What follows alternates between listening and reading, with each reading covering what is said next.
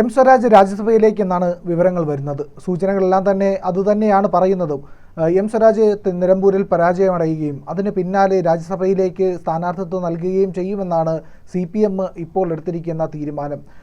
ഒരുപാട് കാരണങ്ങൾ ഇതിന് പിന്നിലുണ്ടാവുമല്ലോ.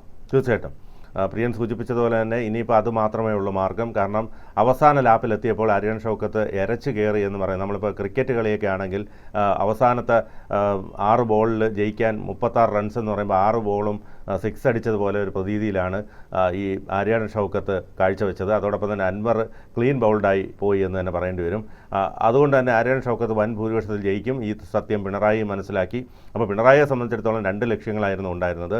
ഒന്ന്, മരുമകനെ ഇത്തരത്തിൽ വരുമ്പോൾ സ്വരാജ് ഒരു ശല്യമായി മാറരുതെന്ന രീതിയിലായിരുന്നു കൊണ്ടുവന്നത്. പക്ഷേ പിന്നീട് ഒരു രാഷ്ട്രീയ മത്സരമായപ്പോൾ സ്വരാജ് ജയിക്കണം എന്നുള്ളൊരു ആഗ്രഹം മനസ്സിൽ വന്നു. പക്ഷേ അവസാന ലാപ്പിലെത്തിയപ്പോൾ സ്വരാജ് തോൽക്കും എന്ന് വന്നപ്പോൾ പിണറായിക്ക് ഇനി ഒറ്റ മാർഗ്ഗമേ ഉള്ളൂ. ഈ സരിനെയൊക്കെ പദവി കൊടുത്തതുപോലെ സ്വരാജിന് ഇനിയിപ്പോൾ വരുന്ന രാജ്യസഭാ ഒഴിവിലേക്ക് MP ആയി പരിഗണിക്കുക. അപ്പോൾ 2 ഗുണമാണ്. ഈ പറഞ്ഞതുപോലെ അങ്ങ് പിന്നെ ശല്യമില്ല. കാരണം കേരള രാഷ്ട്രീയത്തിലേക്ക് പിന്നെ കടക്കില്ലല്ലോ. അപ്പോൾ അതുകൊണ്ട് മരുമോനെ സുരക്ഷിതനാക്കാനും കഴിയും. അപ്പോൾ ആ ഒരു ലക്ഷ്യത്തിലേക്കാണ് ഇനി പോകുന്നത്. അപ്പോൾ സ്വരാജിനും അത് സന്തോഷമാണ്. കാരണം ഈ പറഞ്ഞതുപോലെ സ്വരാജിനും ഒരു രാജ്യസഭാ MP എന്ന നിലയിലൊക്കെ പോയി തിളങ്ങാനും അവിടെ ശോഭിക്കാനും ഒക്കെ കഴിയും. അദ്ദേഹത്തിൻ്റെ അറിവുകൾ അവിടെ പ്രയോജനം ചെയ്യാനും ഒക്കെ കഴിയും. MA ബേബിയൊക്കെ പോലെ ഭാവിയിൽ ആയി തീരാനൊക്കെ ഉള്ളൊരു ശ്രമവും സ്വരാജിന് ഇതുവഴി നടത്താൻ കഴിയും. അപ്പോൾ സ്വാഭാവികമായും നിലമ്പൂരിലേക്ക് വരുമ്പോൾ നിലമ്പൂരിലെ ചിത്രം വ്യക്തമായി. ആര്യൻ ഷൗക്കത്ത് വിജയിക്കും എന്ന് ഏറെക്കുറെ ഉറപ്പായി. വിജയിക്കുമെന്ന് മാത്രമല്ല, വൻ ഭൂരിപക്ഷത്തിൽ വിജയിക്കും എന്നാണ് അറിയാൻ കഴിയുന്നത്. ഇനി അൻവറിനെ സംബന്ധിച്ചിടത്തോളം അൻവർ പരാജയപ്പെട്ടു. 5000-ൽ താഴെ വോട്ടുകൾ മാത്രമേ അൻവറിന് പ്രവചിക്കുന്നുള്ളൂ. അപ്പോൾ അൻവർ ഒരു 0 ആയി മാറും. അപ്പോൾ അൻവറിനെ സംബന്ധിച്ചിടത്തോളം ഇനി പിണറായിയെ പോയി കാണുക എന്നൊരു മാർഗ്ഗം മാത്രമേ നിലനിൽക്കുന്നുള്ളൂ. കാരണം സതീശൻ ഇപ്പോൾ രാജാവായി മാറും. കാരണം സതീശൻ പറഞ്ഞ ഇടത്തേക്ക് കാര്യങ്ങളെത്തി. അപ്പോൾ അതുകൊണ്ട് സതീശൻ ഇനി നല്ല വോയിസ് ഉണ്ടാവും. അതുകൊണ്ട് തന്നെ ഇനിയിപ്പോൾ അൻവറിന് കോൺഗ്രസിലും തൃണമൂലിലും ഒന്നും യാതൊരു സ്ഥാനവുമില്ല. അതുകൊണ്ട് തന്നെ ഇനി പിണറായിയുടെ കാൽക്കൽ വീഴുക എന്നതിനപ്പുറം മറ്റൊന്നും ചെയ്യാൻ കഴിയില്ല. അല്ലെങ്കിൽ പിന്നെ രാഷ്ട്രീയ വനവാസമോ അല്ലെങ്കിൽ ബിസിനസ്സിലേക്ക് മാത്രം തിരിഞ്ഞ് പോകേണ്ടി വരും. അപ്പോൾ അത് അൻവറിനെ സംബന്ധിച്ചിടത്തോളം സാധ്യമല്ല. അതായത് ഇതിലിപ്പോൾ പണികിട്ടിയിരിക്കുന്ന 2 പേർക്കാണ്, 2 കൂട്ടർക്ക്. ഒന്ന്, ചെന്നിത്തല KC വിഭാഗം, ഈ പറയുന്ന കോൺഗ്രസ്സിലെ, അവർക്ക് മുഖ്യമന്ത്രി സ്ഥാനത്തേക്ക് ഉയർത്തി കാണിക്കാൻ വേണ്ടി പ്രത്യേകിച്ചൊരു അവസരവുമില്ല. സതീശനെ ചവിട്ടി താഴ്ത്താനായിട്ട് ഈ തെരഞ്ഞെടുപ്പ് തോൽക്കണമായിരുന്നു. പക്ഷേ ആ തെരഞ്ഞെടുപ്പ് തോൽക്കുന്നുമില്ല. അങ്ങനെ ഒരു അവസ്ഥയിലേക്ക് കോൺഗ്രസ്സിലെ കാര്യങ്ങൾ എത്തി നിൽക്കുന്നു.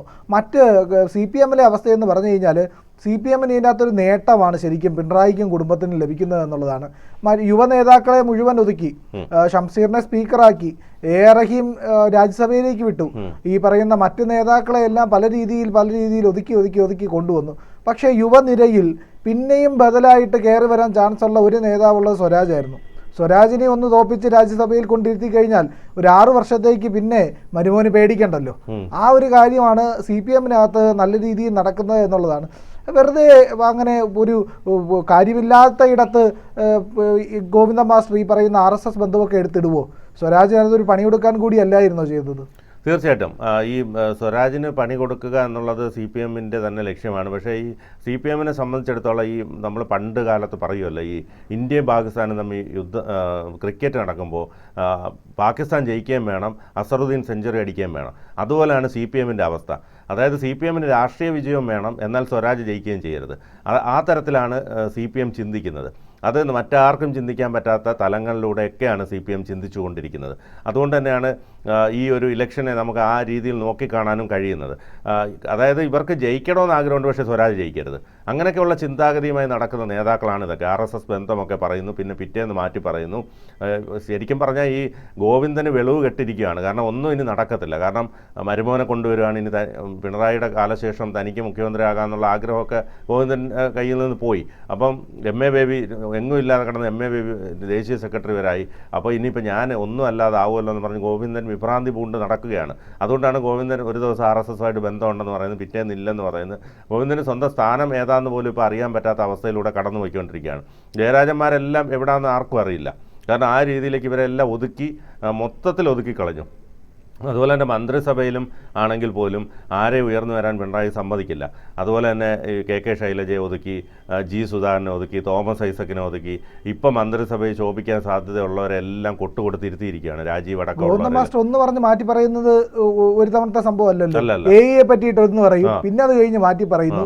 RSSനെ പറ്റി ഇപ്പോൾ ഒന്ന് പറയുന്നു, പിന്നെ അത് മാറ്റി പറയുന്നു. PDPയെ പറ്റി ദൈവം അല്ല മറ്റേ ഗണപതി മിത്താണെന്ന് പറയും, മിത്തല്ല എന്ന് പറയും. ഈ പറയുന്ന എല്ലാത്തിനും കിടന്ന് ചാടി കളിക്കുന്ന ആളാണ്. ഒന്നിൽ ഉറച്ചു നിൽക്കുന്ന ഒരു സ്വഭാവമില്ല.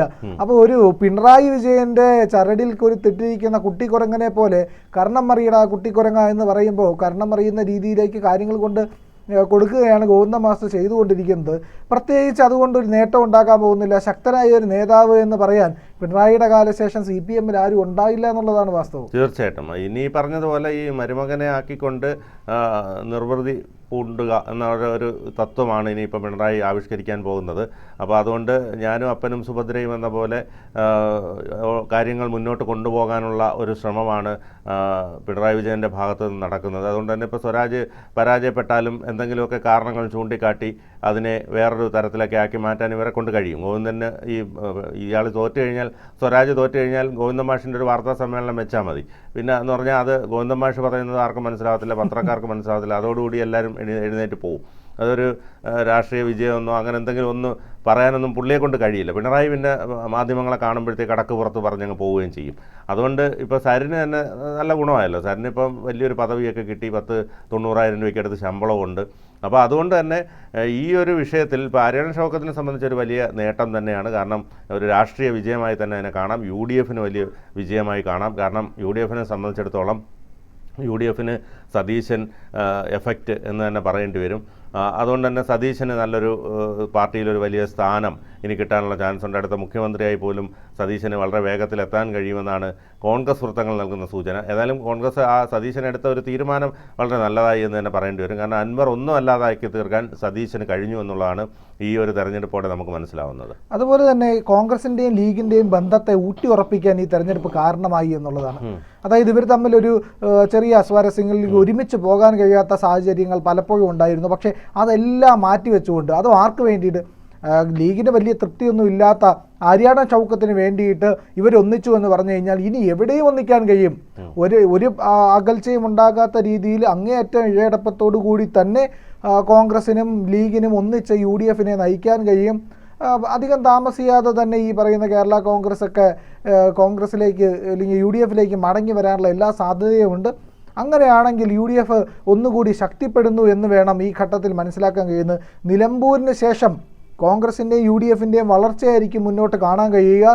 ഈ പറയുന്ന CPM-ൻ്റെ സർവാധിപത്യം തകരാൻ പോകുന്നു എന്നുള്ളതാണ് ഇതിൻ്റെ ഏറ്റവും ലളിതമായിട്ട് നമുക്ക് കാണാൻ കഴിയുന്നൊരു സൂചന. അത് സർവാധിപത്യം തകരുന്നു മാത്രമല്ല, ആ CPM-നകത്തെ ആധിപത്യം മരുമോൻ്റെ കൈകളിൽ ഭദ്രമാക്കാൻ പോകുന്നു എന്നുള്ളതും കൂടി ഏറ്റവും പ്രധാനപ്പെട്ട കാര്യമാണ്. മറ്റ് നേതാക്കളെ എല്ലാവരെയും തഴഞ്ഞു.